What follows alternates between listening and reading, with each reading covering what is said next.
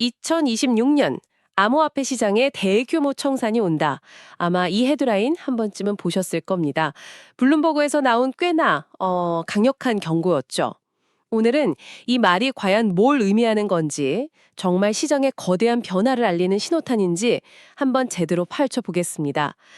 지금도 수많은 상품들이 쏟아져 나올 준비를 하고 있는데 이 속에서 우리는 뭘 봐야 할까요? 여기서 우리가 던져야 할 핵심 질문은 딱 이거 같아요.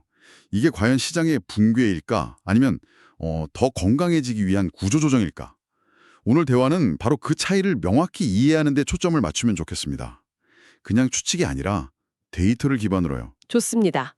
구조조정이냐 붕괴냐, 정말 중요한 관점이네요. 그럼 이야기의 시작점부터 한번 보죠. 블룸버그 인텔리전스의 제임스 세이파트 애널리스트, 이 사람이 정확히 뭘 그리고 왜 우려한 건가요?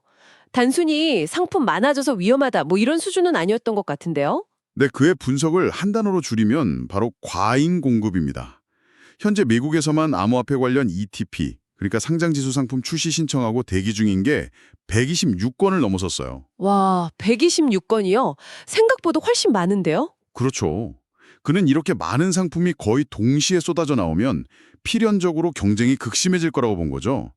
한정된 투자금을 놓고 100개가 넘는 상품이 싸우는 그림이거든요. 그 정도면 거의 뭐 전쟁 수준이겠네요. 모든 상품이 다 선택받을 수는 없을 테니까요. 바로 그겁니다. 결국 상당수 상품은 투자자들의 관심을 끄는데 실패하고 생존에 필요한 최소 자금을 못 모으는 거죠. 그래서 시장에서 사라지는 청산 절차를 밟게 될 거라는 데 경고의 핵심입니다. 시점까지 구체적으로 언급하지 않았나요? 네, 그 시점을 2026년 말부터 2027년까지로 딱 지목했어요. 시장이 포화 상태에 도달하고 이제 옥석이 가려지는데 그 정도 시간이 걸릴 거라고 본 겁니다. 말씀을 듣다 보니까 궁금한 게 생기는데요. ETP, ETF 이런 용어들이 계속 나오잖아요. 사실 많은 분들이 이걸 좀 혼용해서 쓰거나 정확한 차이를 잘 모르시는 것 같아요. 이참에 한번 명확하게 짚고 넘어가면 좋겠네요. 아주 좋은 포인트예요. ETP, 그러니까 Exchange Traded Product는 말 그대로 거래소에서 거래되는 상품을 다 합쳐서 부르는 넓은 개념이에요. 더 큰 개념이군요. 네, 그 안에 우리가 제일 잘 아는 ETF도 있고 ETN 같은 다른 상품들도 포함되는 거죠. ETP가 큰 우산이라면 ETF는 그 아래에 있는 가장 대표적인 상품, 뭐 그 정도로 이해하시면 쉽습니다. 아하, 그러니까 모든 ETF는 ETP지만 모든 ETP가 ETF는 아닐 수 있다. 하지만 투자자 입장에서는 본질적으로 뭐랄까 코인을 직접 보관하는 위험 없이 주식처럼 쉽게 투자할 수 있다는 점이 핵심이겠네요. 맞습니다. 바로 그 편리성 때문에 시장이 열광하는 거죠. 근데 진짜 중요한 질문은 이거예요. 왜 하필 지금 갑자기 100개가 넘는 상품이 한꺼번에 쏟아져 나오려고 하는가? 맞아요. 저도 그게 제일 궁금했어요. 아니, 불과 얼마 전까지만 해도 비트코인 현물 ETF 하나 승인받는데 거의 10년이 걸렸잖아요. 그랬죠. 그런데 갑자기 이렇게 많은 알트코인 ETF까지 나올 수 있게 된 건 뭔가 거대한 댐의 수문이 열렸다는 신호 같은데요. 정확한 비유입니다. 그 수문을 연 게 바로 미국 증권거래위원회 SEC의 정책 변화입니다. 과거에는 SEC가 각각의 암호화폐 ETF를 하나하나 아주 까다롭게 심사했어요. 개별 심사를 했군요. 네, 시간도 오래 걸리고 불확실성도 컸죠. 그런데 최근에 SEC가 여러 암호화폐에 공통으로 적용할 수 있는 일반 상장 기준을 만들면서 판이 완전히 바뀌어버린 겁니다. 일종의 표준화된 심사 가이드라인이 생겼다는 거군요. 이 기준만 맞추면 예전보다 훨씬 빠르고 또 예측 가능하게 상품을 낼 수 있게 된 거고요. 바로 그겁니다. 이 변화 덕분에 블랙록이나 피델리티 같은 거대 자산운용사들이 비트코인, 이더리움을 넘어서 이제는 솔라나, XRP 같은 다양한 알트코인 기반 ETF 출시를 준비하게 된 거죠. 새로운 시장을 선점하려고 너도 나도 뛰어드는 일종의 골드러시가 시작된 겁니다. 여기서 정말 흥미로운 지점이 나오는데요. 이 블룸버그의 경고가 단순히 미래에 이럴 것이다라는 예측이 아니라 사실은 이미 일어나고 있는 현실이라는 점이에요. 이 청산이라는 게 벌써 시작됐다면서요. 네, 맞아요. 이건 미래 시제가 아니라 현재 진행형입니다. 가장 상징적인 사례가 바로 올해 청산된 ARK21 액티브 비트코인 이더리움 스트래티지 ETF입니다. ARK 인베스트 상품이요. 그 캐시우드가 이끄는 혁신의 아이콘 같은 곳이잖아요. 그렇죠.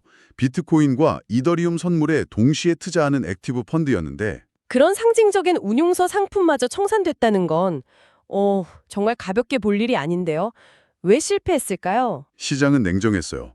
출시 이후에 투자자들의 관심을 충분히 끌지 못했고 운용자산 규모가 너무 작아져 버린 거죠.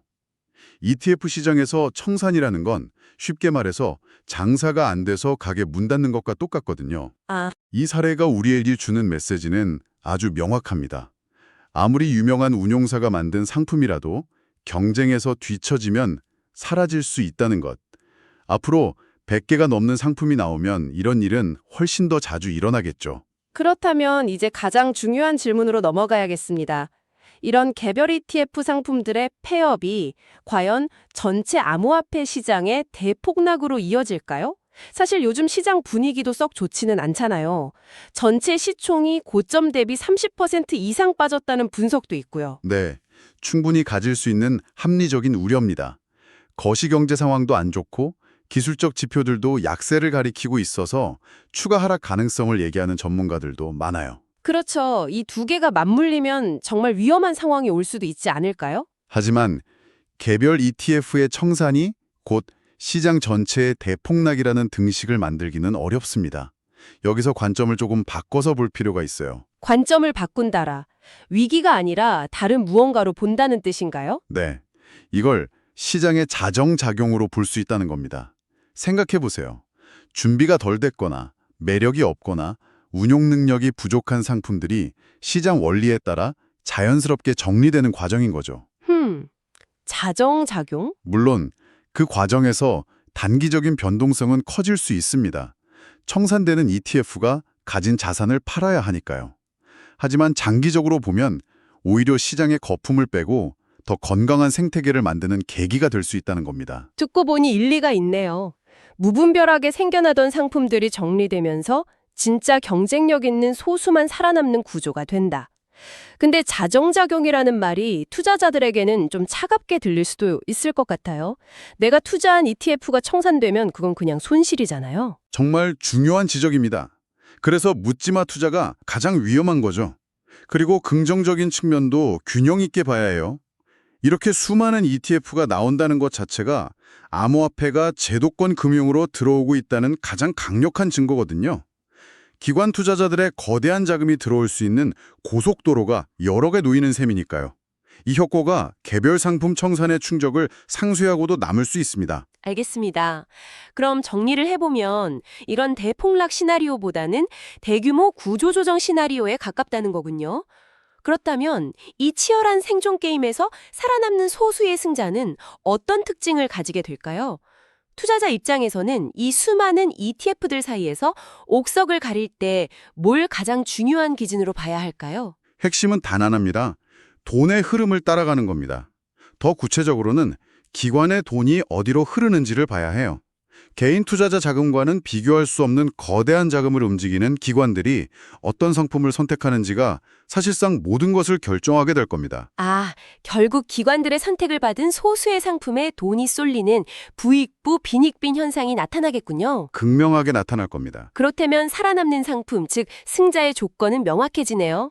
첫째, 블랙록이나 피델리티처럼 신뢰도 높은 대형 운용사 상품일 것.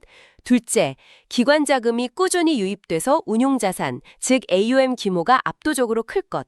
셋째, 그 덕분에 거래량이 풍부해서 언제든 쉽게 사고팔 수 있을 것. 시장은 결국 이 소수의 메이저리그 상품들 위주로 재편되겠네요. 정확합니다. 따라서 지금부터 주목해야 할 것은 새로 출시되는 ETF의 숫자가 아니에요. 그보다는 시장의 전체 자금이 어떤 ETF로 집중되고 있는지를 봐야 합니다. 집중도 말이죠. 네. 그래서 2026년까지 우리가 리스크 신호로 삼고 계속 체크해야 할 포인트가 명확해요. 첫째, 내가 관심 있는 ETF의 하루 거래량이 줄거나 운용자산이 정체되지는 않는가. 둘째, 시장 전체의 신규 자금이 상위 한두 개 ETF로만 쏠리고 있지는 않은가. 이 두 가지 흐름을 놓치지 않는 게 중요합니다. 정말 중요한 포인트네요. 신상품 출시에 대한 막연한 기대감보다는 실제 데이터가 보여주는 돈의 길을 냉정하게 추적해야 한다는 말씀이시군요. 언제나 그래왔죠.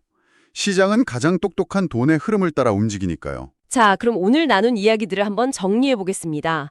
2026년 암호화폐 시장은 대폭락이라는 공포보다는 과잉 공급된 상품들이 정리되는 대규모 구조조정의 시기로 이해하는 게 합리적이다.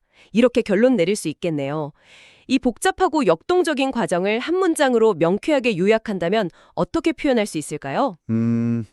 과열된 ETF 전쟁 속에서 살아남은 소수의 승자가 시장을 독식하는 본격적인 옥석 가리기의 시대가 온다. 이렇게 정리하고 싶습니다. 단기적인 혼란 속에서 진짜 가치를 지닌 상품이 무엇인지 드러나는 과정이 될 겁니다. 결국 새로운 상품이 나온다는 사실 자체에 흥분할 게 아니라 그 이면의 자금 흐름과 시장의 재편 과정을 냉정하게 읽어내는 눈이 필요한 시점이군요. 자, 여기서 마지막으로 한번 생각해 볼 질문을 던져드리고 싶습니다. 이 질문에 대한 답을 고민해 보는 게 오늘 대화의 좋은 마무리가 될 것 같네요. 흥미로운데요? 어떤 질문이죠? 이 거대한 구조 조정의 끝에서 살아남는 최종 승자는 과연 비트코인이나 이더리움 ETS 같은 기존의 절대 강자들일까요? 아니면 이 혼란을 틈타 솔라나나 XRP 같은 새로운 알트코인 ETF 중 하나가 기관들의 예상을 뒤엎는 선택을 받으면서 의외의 승자로 떠오를 가능성도 있을까요? 시장의 판을 뒤흔들 다크호스는 과연 존재할 수 있을지 한 번쯤 깊이 고민해 보시면 좋겠습니다. 시청해 주셔서 감사합니다.